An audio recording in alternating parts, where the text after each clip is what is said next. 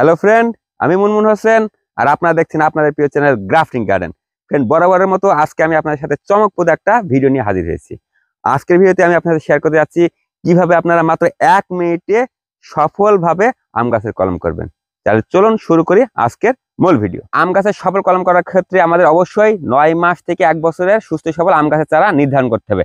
আর আমাদেরকে আম গাছের কলমটি করার জন্য আম গাছের 1 থেকে 1.5 ফিটের মধ্যে যেখানে হালকা সবুজ রং সেইখানটার মাথাটা আমাদের এইভাবে কেটে দিতে হবে।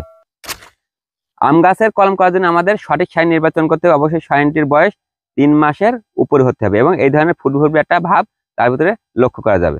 এখন আমরা সাইনটি কলমটি করার জন্য কেটে রেডি করে নেব। আপনারা এইভাবে স্লাইড প্রসেসে সাইনটি কেটে রেডি করে নেবেন, কোনো ধরনের ঘষা মাজা করবেন না।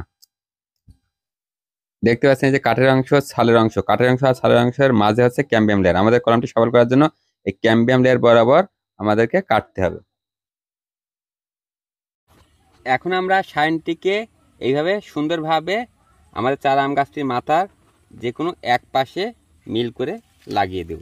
এখন আমরা গ্রাফটিং টেপ দিয়ে খুব সুন্দরভাবে জড়িয়ে আমাদের কলমটি বেঁধে দেব।